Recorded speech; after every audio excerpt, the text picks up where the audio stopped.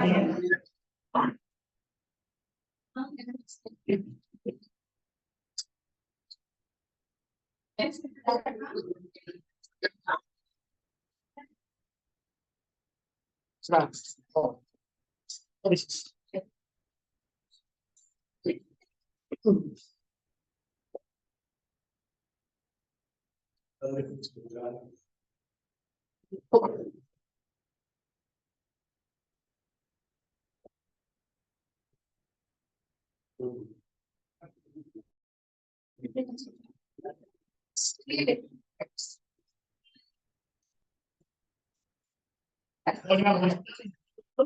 bienvenidos a este jueves, que es un jueves con una lección del encuentro.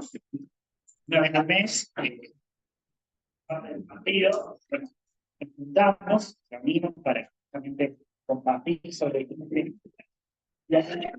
sobre minoridad y penal. ¿Sí?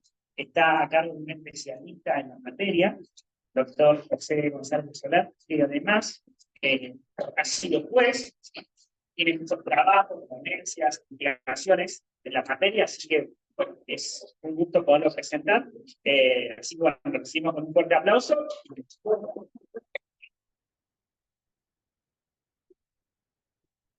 Lo primero que voy a hacer es sugerir, pero antes me pidieron tanto que sí, agradezco mucho la acción. Una reunión de amigos con viejos conocidos también. Me da gusto que estén acá autoridades del partido. Me parece contar con mi voto. Y creo más que hacer un desarrollo de un tema técnico como denunciar, hacer una suerte de meditación sobre lo que es el régimen penal. Yo lo considero necesario en este momento porque es como si estuviera deslegitimada la posibilidad de que el Estado, a través de sus magistrados, imponga penas a quienes cometen delitos. Hay una fuerte controversia, muy alimentada por ciertos autores, particularmente entre nosotros, no es ningún secreto, Eugenio Lorenzo Zafarón. Pero no es el único, y la teoría que lo sustenta, conocida como teoría del garantismo penal, que más de una vez en los comentarios periodísticos uno lee, hay que terminar con el garantismo. Esta concepción del garantismo penal viene de un estudioso, muy prolijo trabajo de un filósofo italiano, Luigi Ferrajoni, que ha obligado a uno a tener que recorrer las 1000 páginas de su trabajo, de rigurosa lógica,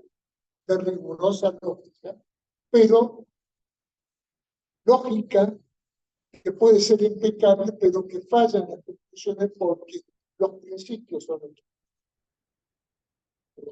Si uno parte de una premisa falsa, luego por más que todo el desarrollo racional sea correcto, la conclusión va a ser falsa. Y es lo que ocurre con Ferrajoni. Pero yo no voy a responder hoy a las páginas de Ferrajoni, sino que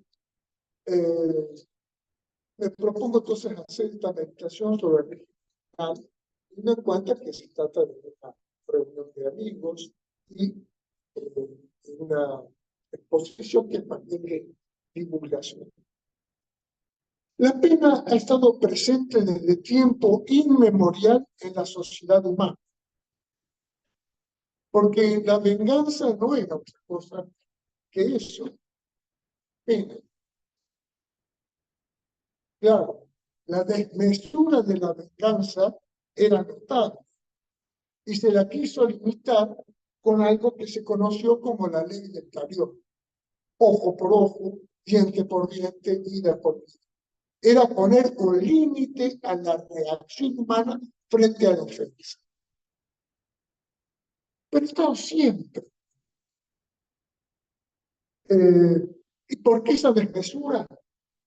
Bien, desde la Biblia diríamos, es consecuencia del pecado original, de la caída, de la ruptura del estado de justicia original, que no es la que nos cuentan nosotros, sino la que nos cuenta el escritor bíblico.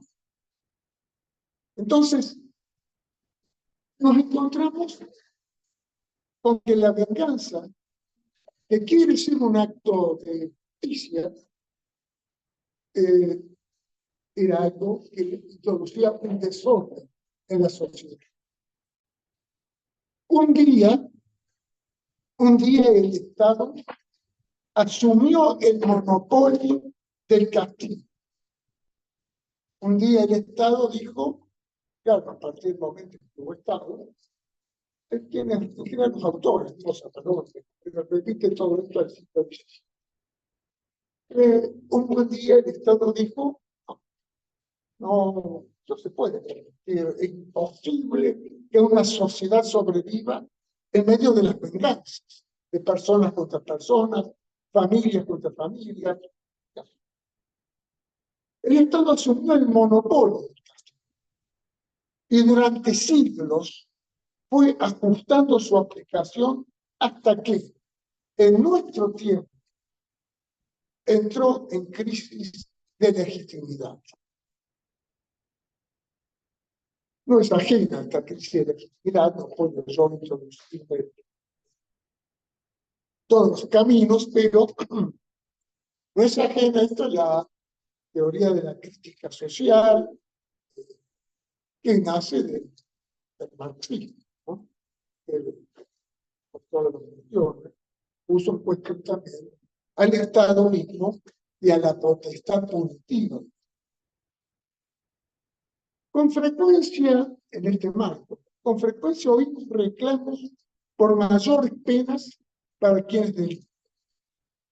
O también oímos pedidos de que se consideren delitos ciertas acciones que hasta ahora no lo son, no son delitos de nuestra legislación.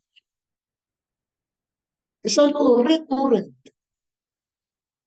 Entre estos podría citar la discusión sobre la edad mínima para la responsabilidad penal, que en nuestro país está en 16 años y que reclamos al corto, ¿no? Cada cierto tiempo.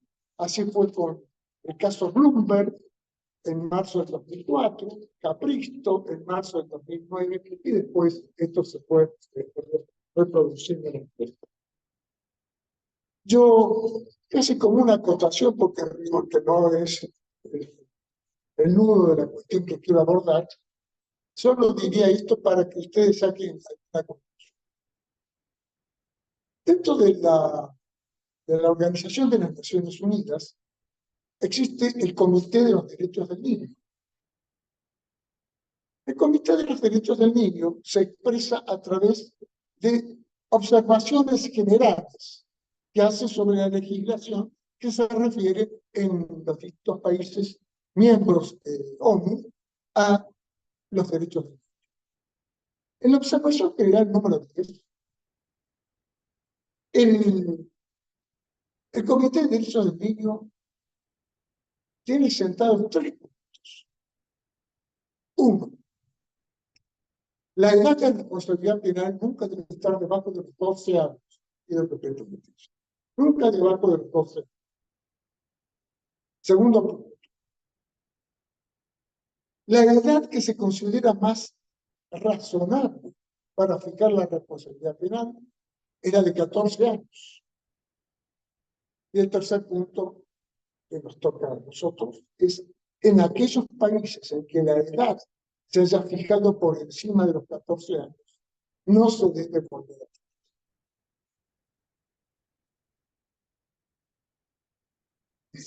El Comité de Derechos del Niño se asienta en Suiza. Suiza tiene la edad de responsabilidad penal de 10 años. No les tiene. Pero UNICEF, que forma parte de Naciones Unidas, presiona insistentemente, soy testigo presencial, insistentemente para que la edad de responsabilidad penal de nuestro país no se reduzca, no baje de los 16 años, como si fuera algo que no se puede discutir porque afectaría una prohibición, en ese sentido de regresión, un tema que habría que abordar en otro momento, porque a mi juicio no es así, no es así. Así como vimos reclamos para ensanchar el campo de lo penal, más figuras penales, más penas más severas, también oímos reclamos para que se reduzca el campo de lo penal y que la sociedad resuelva sus conflictos de otra manera y no por la ley penal. Está en lo que procura el llamado derecho penal liberal, que enseña en nuestras cátedras universitarias, casi sin excepción, como si penar al culpable fuera algo inhumano, solo admisible cuando el delito es de suma gravedad. En esto, al estudio del derecho penal vigente en cada país, el derecho penal le llaman dogmática del derecho penal. Pero el problema está en que hoy esos dogmáticos, en el sentido de estudiar la legislación vigente, se han vuelto dogmáticos en cuanto a que profesan un cierto credo que no admite discusión.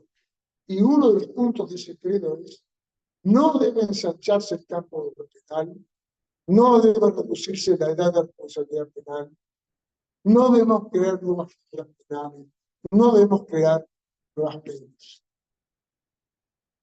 Yo me propongo, a raíz de esta crisis de legitimidad de lo penal, echar una mirada desde lo alto, desde lo más elevado, procurando una visión omnicomprensiva del tema que justifique la justicia penal.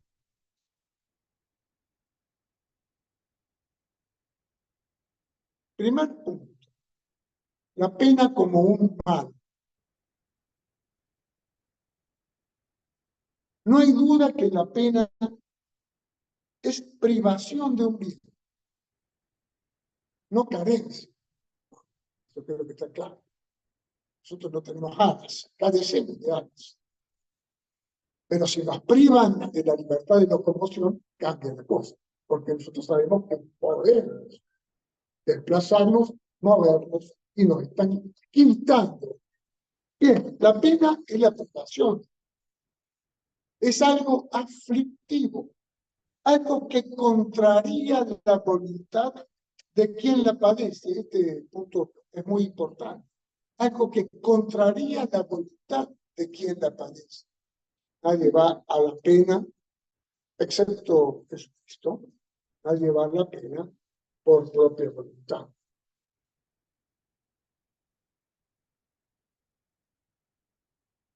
Entonces, es algo que contraría la voluntad de quien la padece y en sentido contrario al goce que ilícitamente se ha producido. Yo me pongo un ejemplo. Me molesta el gato del vecino. Sé que es del vecino. Pues busco un matagato. ¡Pum! Se terminó el gato. Cuando el vecino viene a golpearme a la puerta, le digo: ¿cuánto vale su gato? Es mi gato. Ha matado a mi gato. ¿Cuánto vale? Vamos a la veterinaria próxima. Bueno, ¿cuánto vale un gato? Se le paga y se terminó. No sé. Usted se dio el gusto de matar el gato. Es mucho más que lo que valía el gato, o lo que puede valer un gato en la veterinaria. Es mucho más. usted se ha dado un goce ilícito, una satisfacción que no le pertenece. Entonces la pena acciona contra él, restablece el equilibrio. Esto es muy importante. La pena restablece el equilibrio, viene como un acto de justicia.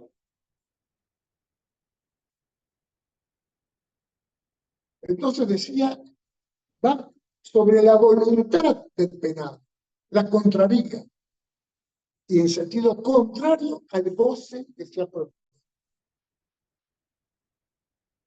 Esto nos lleva a decir que no hay pena sin culpa, ya que toda privación de bien es humano, que no nace directamente del obrar humano, crimen, viene no obstante como consecuencia de su obrar. Nos enseña Santo Tomás de Aquino en la Suma contra Argentina. Hay males que el hombre mismo produce, y que lo vemos de manera directa.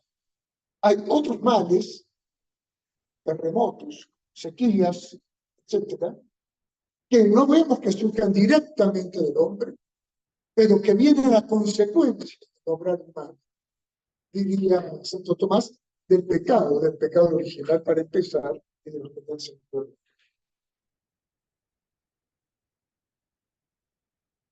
La pena como respuesta a la culpa, es una retribución.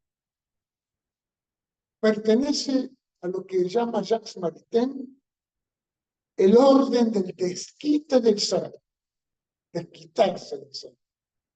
Es un desquite, y cualquiera en la venganza que está haciendo, para tomar la forma primitiva, ¿no?, de la pena, desquitarse. ¿Qué es lo que hace el Estado? Regular.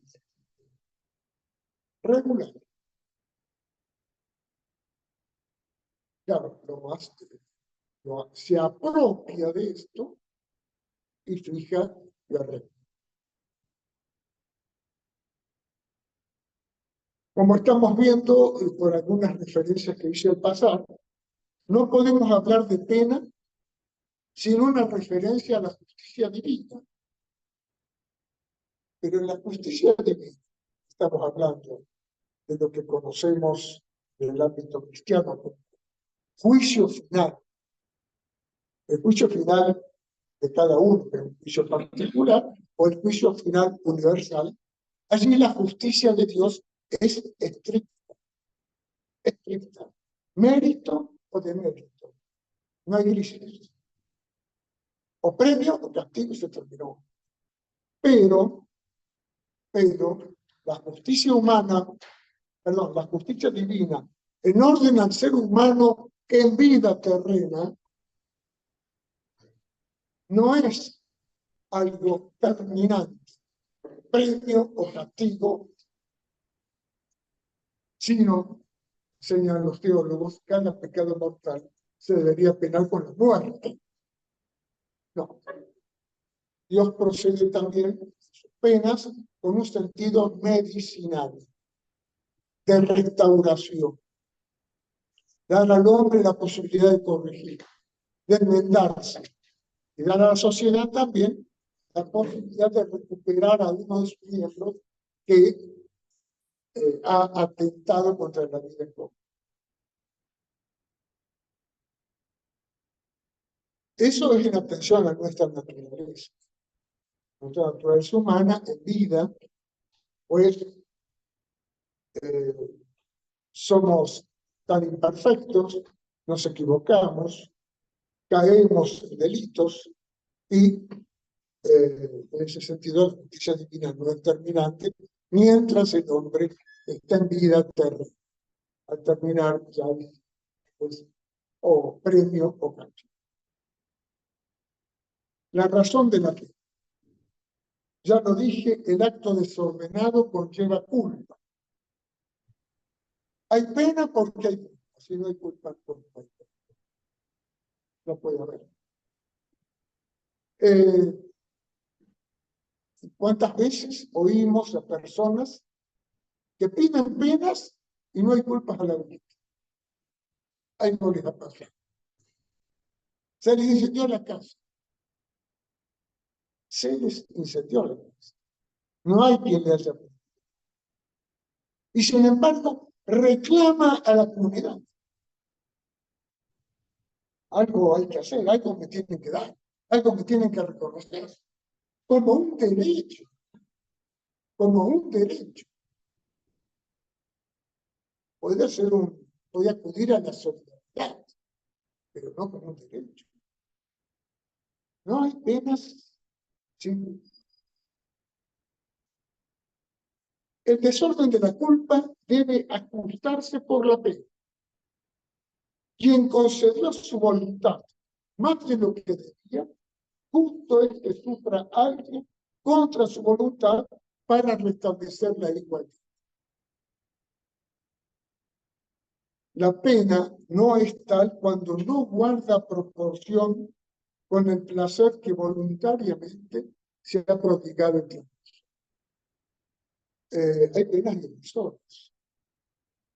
No tanto quizás las que están previstas en la ley, sino las que aplican los jueces.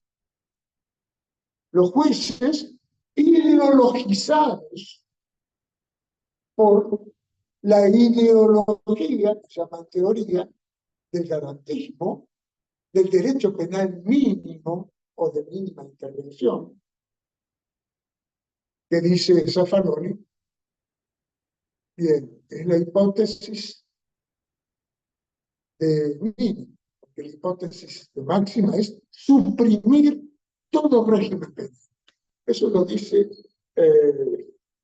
precisamente Zaffaroni, y hay un trabajo curioso también de 1000 páginas de Héctor Hernández, y un filósofo fallecido hace tanto, haciendo toda la crítica a la concepción zaffaroniana. Pero la concepción zaffaroniana impera en nuestras cátedras universitarias. Entonces tiene que haber una proporción, si no, no hay pena. Lo que es irrisorio, pues, no opera como tal. No opera para enmienda del sujeto que ha delinquido, no opera como una satisfacción para el sujeto.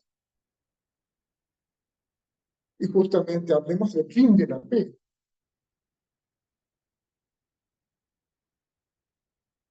En esta vida las penas tienen un carácter medicinal, restaurativo, como se dice.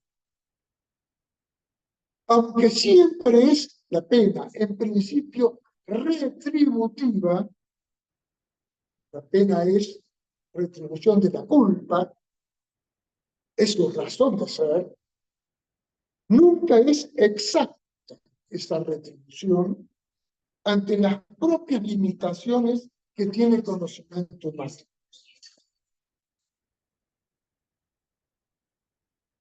Su carácter medicinal responde al sentido y la finalidad de la vida presente.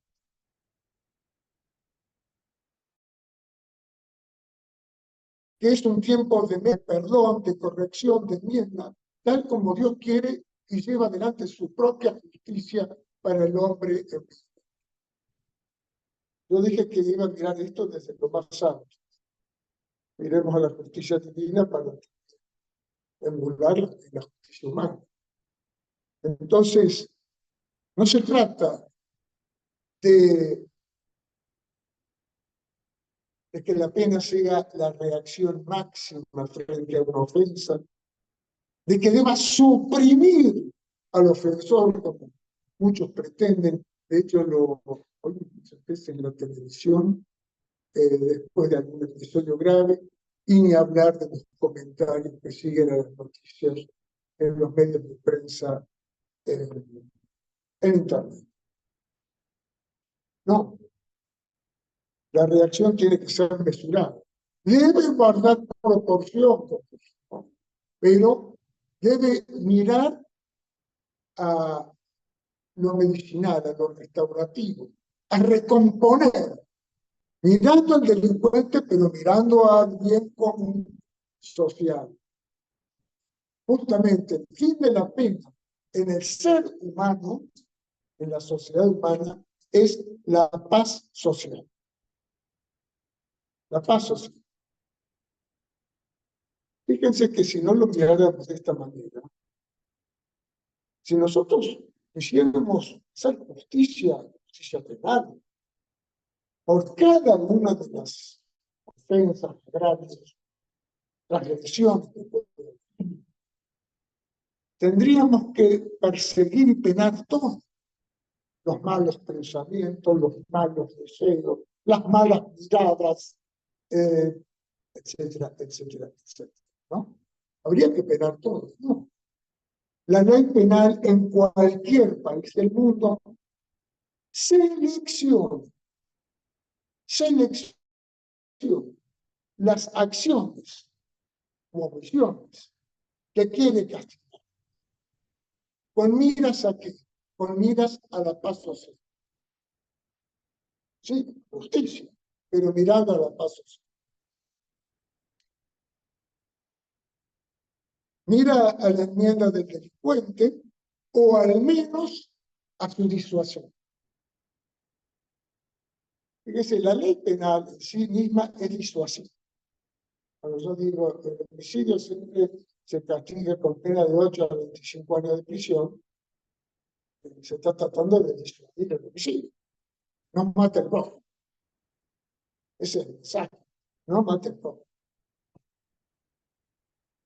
Cuando se impone la pena por un homicidio, por ejemplo, seguirlo, cuando se impone la pena, se está diciendo, esto por lo que hiciste, no lo vuelvas a hacer. Además, te doy la oportunidad para que revises tu vida. Eso ya es otra cosa, vamos a hacer. Pero por añadidura también, y no es poca cosa, la aplicación de pena también sirve como prevención para toda la sociedad, porque sirve para escarmiento, advertencia. A fulano de tal que evadió impuestos durante 5 años, se lo condenó a la pena de 8 años de prisión, ojalá. Pero no suele ser así, no suele ser lo más frecuente. O sea, el horror es el que mata, si alguien viola. Eso está muy claro. Si alguien roba, claro, nos toca. Si ahora, si se trata de evasión de impuestos, ya es distinto. Bueno, una aplicativa. Una aplicativa. Bueno. Bueno, eso hace a nuestra naturaleza, ¿no? También a la manera de nuestras cosas. Ciertos sectores de nuestra sociedad, evasión de impuestos se consideran ligeramente. En otros sectores de la sociedad, el hurto se considera ligeramente. Según lo que cada uno vive. Yo sé que son temas siempre sensibles. O por el hurto o por la evasión. Pero de todas maneras lo digo para dejar, porque como dije, quería hacer una cierta meditación sobre esto, dejar algunas reflexiones al pasar para que cada uno.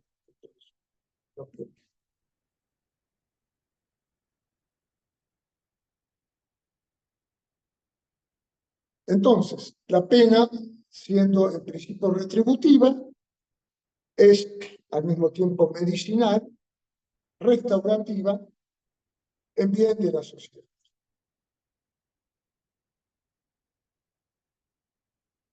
Que el delincuente en vida pueda enmendarse, acá sigo a Santo Tomás, digo para qué, no me arroje con algo.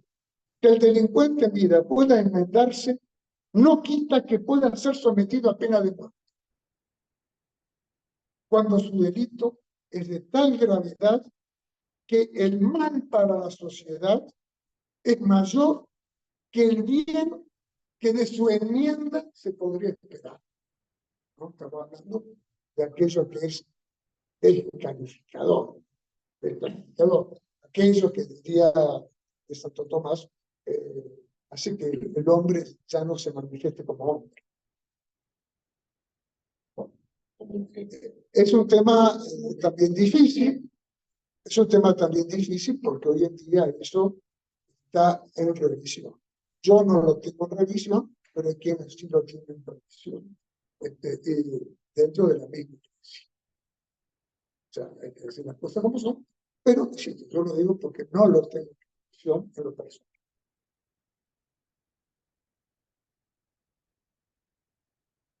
He hablado de las penas, hablemos brevemente de la ley penal.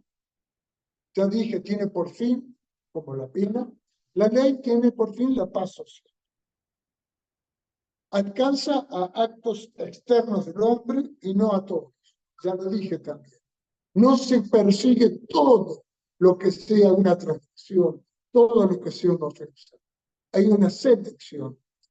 Justamente, aprovecho acá, porque el legislador hace una selección de lo que llamamos nosotros, de hecho, yo quiero evitar tecnicismo, pero lo que llamamos tipos penales, figuras penales. Justamente quienes ponen en crisis la legitimidad del derecho penal, de la ley de la legalidad, dicen que la selección que hacen es arbitraria y que está hecha para castigar al débil y favorecer al poderoso. Ya dije yo que gran parte del cuestionamiento que hay viene de la teoría de la crítica social con raíces en el marxismo. Bien, en esta dialéctica muy conocida, se dice, bien, la selección que hace el legislador favorece a unos, perjudica a otros. Más, es así porque en la mayoría de las veces la selección la hace el mismo poderoso, en perjuicio del débil. Entonces, podemos decir, yendo al ejemplo que di antes, se castiga con más rigor un delito contra la propiedad por vía del hurto o del robo que la evasión impositiva, ¿no? El dinero. Lo digo al pasar porque eso está en cuestión. Está en cuestión. De todas maneras, debe quedar claro. Hay un núcleo duro en la legislación penal que está en todos los países. Porque estos mismos que cuestionan, habría que invitarnos a que revisen la legislación soviética. A que revisen la legislación soviética. A que revisen cualquiera de las legislaciones rojas o rosadas que sean de su gusto. El núcleo duro va a estar siempre. El homicidio, la violación, que acá dan otros nombres, eufemismos que usan, pero la violación, los robos con armas, etc. ¿No? Es un núcleo duro siempre. Después sí puede haber discrepancias. Y entonces, pues puede ocurrir que efectivamente el Código Penal esté denotando un favoritismo para un cierto sector en desmedro de otro, ¿no? O sea, un Código Penal que se ha quedado en el tiempo, o que se lo ha ido parchando en el tiempo. Pensemos en el nuestro, que es del año 921, y todavía lo tenemos, tiene 102 años, bien cumplidos. Y sí, enmiendas, agregados, quitas, que si llegaba el gobierno de la Revolución Argentina, si después el proceso siempre tocando, poniendo y sacando, ¿no? Está pendiente eso, ha habido proyectos, pero yo creo personalmente que si hay proyectos que no han caminado, ha sido por la ideologización. O sea, por toda la discusión de fondo que hay sobre la legitimación de la función punitiva del Estado, sí debe haber más delitos, menos delitos, más penas. sea que va por allí, ¿no? Se complica. Me gustaría traer como ejemplo más concreto lo que ocurrió con el proyecto de régimen penal juvenil en el año 2019. Antes del cambio de gobierno, esto fue así, el ministro de Justicia, Germán Garabano, había impulsado desde su ministerio el programa Justicia 2020. Dentro de ese programa Justicia 2020, una de las líneas era la de un nuevo régimen penal juvenil. Se trabajó. Yo también contribuí, yo contribuí en Córdoba con uno más que enviaba, solo que yo envié un proyecto propio. Los demás aportaban ideas. Y finalmente el ministerio, después elaborado su proyecto, y lo presentó en el Ministerio de Justicia, esto lo he contado amigos en otras reuniones, lo presentó en el Ministerio de Justicia formalmente. Como estuve invitado, recuerdo muy bien, estuve sentado a una mesa larga, ahí al frente de diputados, senadores del oficialismo de entonces, había algunos magistrados. Estaba el ministro de Justicia en el medio,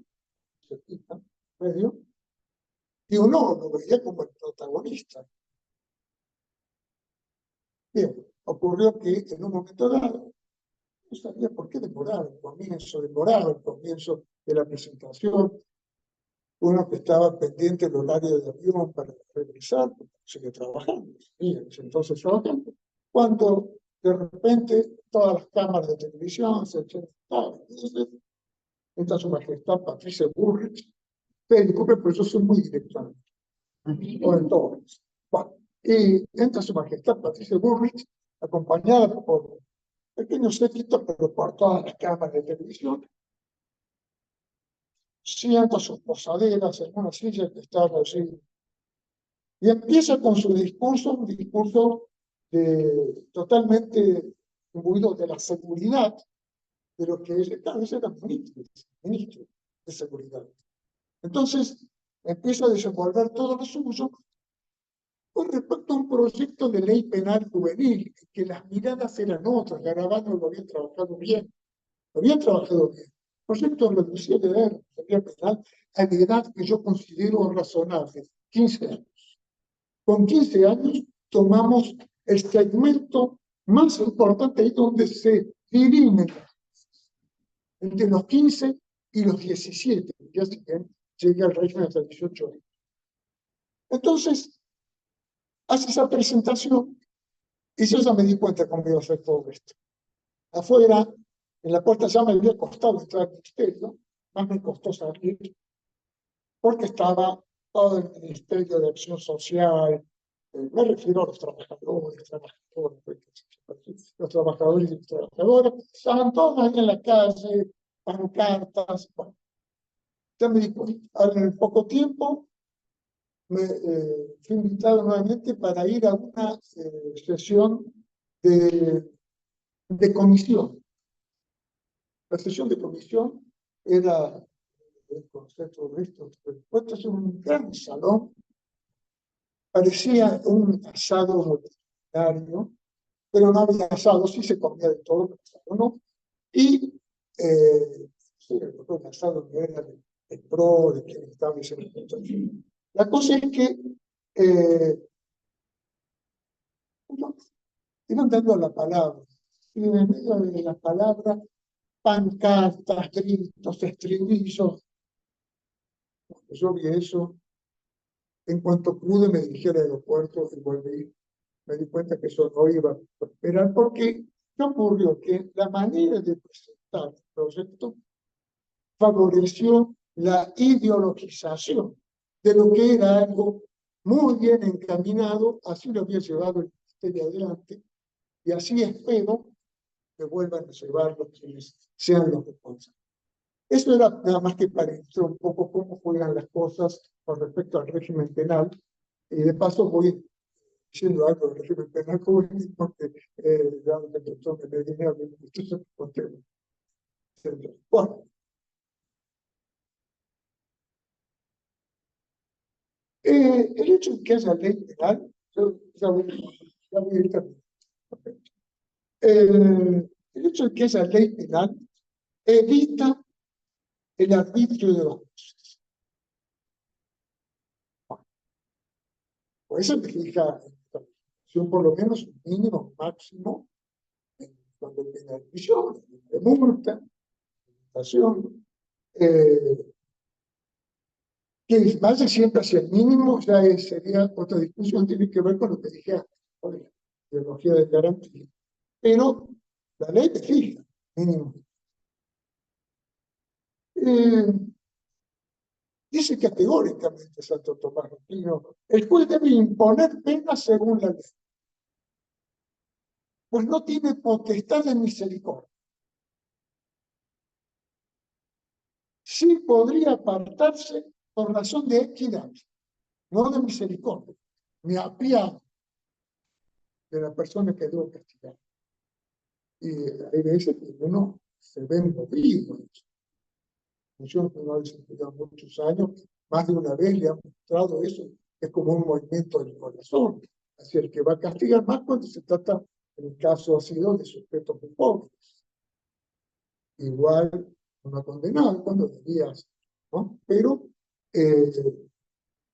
la misericordia empieza ya a accionar. Más si uno tiene una concepción cristiana de la vida. Pero esto es muy claro. Acá no hay misericordia. Está la ley. Es una cuestión de justicia. Pero dice, solo puede apartarse de ella por razón de equidad.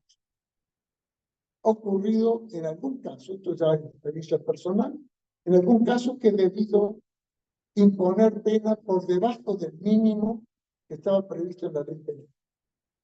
Por debajo del mínimo. Para lo cual, siguiendo a un famoso tratadista fallecido, Germán Vidal Campos, jornalista, declaré inaplicable al caso, constitucional, inaplicable al caso, la escala penal que estaba para ese delito en el código. Para ese caso solo, no una declaración de inconstitucionalidad, como le encanta a ciertos jueces, no. Para ese caso era algo que violentaba la Constitución mantener esa escala penal. Lo que suelen hablar de algunos de perforar el mínimo, ir por debajo del mínimo. Eso es excepcionalísimo. ¿Cuál es el problema? Que cuando uno lo aplica, vienen todos los defensores oficiales, todos, y piden para los casos que tienen que se vaya por debajo del mínimo, porque están todos ideologizados por lo que dijeron. Entonces vienen todos. No, tiene que perforar el mínimo. No, ¿cuánto es el mínimo? 3 años. No, voy a pedir 2 años.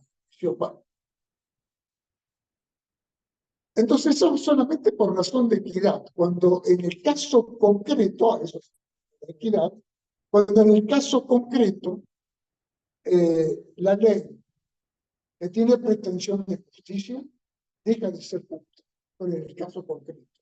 Y hay que fundamentar. Un juez, para ir por debajo del mínimo, tiene que fundamentar. El último.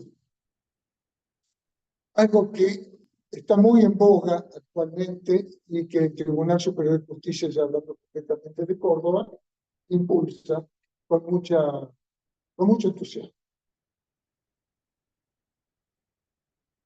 La llamada justicia restaurativa. Me habían leído, pero hoy los pretenden que... También hemos dicho que las penas humanas son restaurativas, o tienen por lo menos esa finalidad, se proponen ser medicinales, restaurativas de lo social, restaurativas del sujeto que ha delinquido. Sí, pero el problema está cuando vienen y nos venden como que es justicia restaurativa lo que no es justicia restaurativa. En España hay una especialista en esto que se llama Virginia Domingo. Bueno, Virginia Domingo es muy clara, muy precisa con respecto a lo que cabe entender, a lo que cabe entender por justicia restaurativa.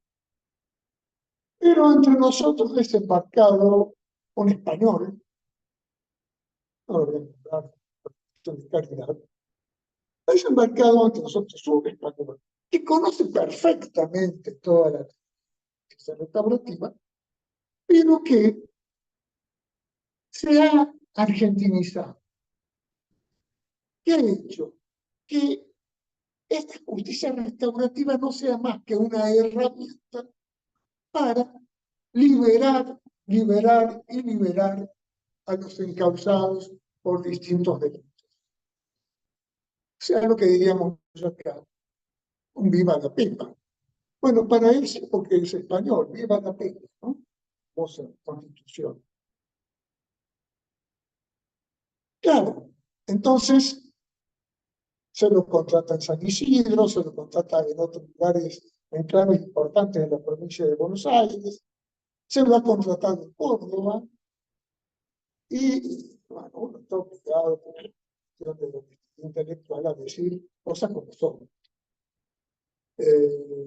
Se pinta como algo que es lo que no es. Porque la justicia restaurativa tiene ciertas exigencias, y brevemente me refiero a ellas porque creo que tiene actualmente los puntos de partida. Se ve el delito como un conflicto entre el que delinque y su víctima, y la sociedad afectada por el delito. Sí, podemos llevar un conflicto, una colisión de intereses. El interés del que ha delinquido, el interés de apropiarse de lo ajeno, el interés de la víctima de recuperar lo propio, el interés de la sociedad que se pueda vivir en paz y que no haya ladrones sueltos. Bien, eso sí, es un conflicto, pero es un conflicto asimétrico, porque una de las partes del conflicto atropella los derechos de la otra parte. Entonces, acá no puede haber mediación, como acá en Córdoba lo han intentado, aunque la ley lo prohíba. No hay mediación emocional, pero como tienen todo un cuerpo de mediadores, bueno, hagamos mediación. Mediación, llaman a la ley que ellos se están a hablar con el que me lo pone. Sentarme a hablar con el que manoseó a mi hija. Sentar a mi hija para que hable con él. O aunque no se siente con él. La sola posibilidad de que mi hija sepa que se está negociando un arreglo con el que la ha manoseado. Eso, bueno, cosas sencillas, ¿no? Porque cualquiera puede tocar. No, es algo asimétrico. De manera que acá, para que pueda haber un punto de encuentro, de recomponer cosas, que de eso se trata, tiene que haber un punto de partida, y ese punto de partida es la responsabilización de quien ha llevado por delante al otro. Bueno, este punto justamente es el que está fallando, porque no hay una responsabilización seria. Cuando uno está en una audiencia de juicio penal, que tiene al acusado delante, le cede la palabra, la última palabra, ¿no? Antes de dar la sentencia, antes de pasar a deliberar, a dar la sentencia, uno dice, ¿usted quiere decir algo sobre lo visto y oído en esta audiencia de debate? Ninguno va a decir que son todos una porquería, no, porque es como condenarse solo, ¿no? No. ¿Qué es lo que se dice? Estoy arrepentido. Estoy arrepentido. Sí, estoy arrepentido. Quiero un café. No, no me digo. puedo ir al baño, es, si acabamos a tomar la responsabilización por decir, sí, estoy arrepentido, cuando me pregunta, fíjense usted, cuando me pregunta, estoy hablando de experiencia es con los adolescentes, pero en la adolescencia empieza toda la, salvo la delincuencia de cuello blanco o de guantes. Esa no merece. Esa nace más tarde, más tarde. Bueno, pero el grueso empieza en la adolescencia. Bien, cuando uno dice, ¿por qué estás arrepentido? ¿Por qué está usted arrepentido? ¿Por qué no está arrepentido? Sí, yo estoy arrepentido porque con esto he hecho sufrir mucho a mi familia, en todas las iglesias. He hecho sufrir mucho a mi familia, estoy cansado de estar preso, yo quiero cambiar, yo quiero cambiar, quiero cambiar. Ah, ¿cuál es su dolor? El dolor de daño que en definitiva el delito le está causando a él mismo por haber cometido su delito, por estar preso, porque la familia tiene que ir a visitarlo, pagar abogados, etc. Pero no hay otra cosa, no hay más, no hay más, no hay más. Cuando el arrepentimiento, en todo caso, de eso se trata, acá estoy hablando de responsabilización, es decir, sí, me hago cargo, yo hice esto, fue por tal motivo o sin motivo, porque me dio la gana verdaderamente, me di cuenta que eso es un atropello, bla, bla, por lo menos que verbalice, ni siquiera saben que muchas veces los profesionales que intervienen aleccionan sobre qué decir, ni siquiera nos aleccionan para eso. Tan la mediocridad, encuentro muchas veces a nivel profesional. Entonces, viene siempre lo mismo. Estoy arrepentido, estoy hecho sufrir mucho en mi familia, estoy cansado de estar preso, estoy cansado de estar preso. Lleva a lo mejor 6 meses. La condena mínima puede estar en los 5 años. Estoy cansado de estar preso. Entonces, lo primero es la responsabilización. Lo segundo, la reparación. La reparación. El que quiere recomponer las cosas tiene que ofrecer reparación. La que esté a su alcance, la que esté a su alcance, pero tiene que ofrecer reparación. Porque si no, ¿qué responsabilización tiene que haber? Y la tercera condición para esto, para que haya justicia restaurativa, ya no pasa solamente por él, sino por los demás, que es lo que yo llamo la revinculación social. Recomponer los lazos con los demás. Hacerse confiable para los demás. Y eso no es de palabras. Tiene que haber gestos muy claros, acciones muy claras para recuperar la confianza, para que los demás sepan que al verlo por la calle no va a tener que esconder sus cosas o esconder su hijo. Tiene que estar eso. De todas maneras, estos 3 puntos que he mencionado también comprometen a la sociedad. La responsabilización personal del delincuente, pero también tiene que haber una responsabilización social si es que el delito responde a las condiciones sociales adversas en que se ha producido. Algo que también hay que tener en cuenta. Justamente porque el grueso de la adolescencia es contra la propiedad ajena y viene del segmento social de extrema pobreza.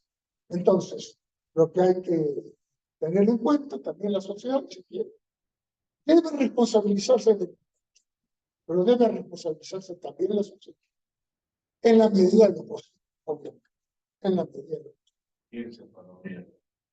Pero bueno, la reparación La reparación también debe ser del delincuente, pero también tiene que ser de la sociedad. También. La sociedad en lo posible debe reparar. Y finalmente, lo que dije el tercer punto, que la revinculación social, desde luego que es un movimiento de ambas partes, si no, no es posible. Esto es lo que yo había traído hoy para tratar con ustedes desde mi mirada personal. Mi idea era hacer un coloquio. Veo que el tiempo se ha ido, pero ya dijo esto en manos de ustedes. Mi parte también acá, pero estoy a disposición. Pero,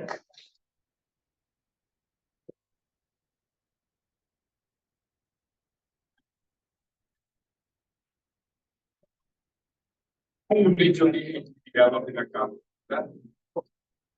Un hecho es generador de una causa.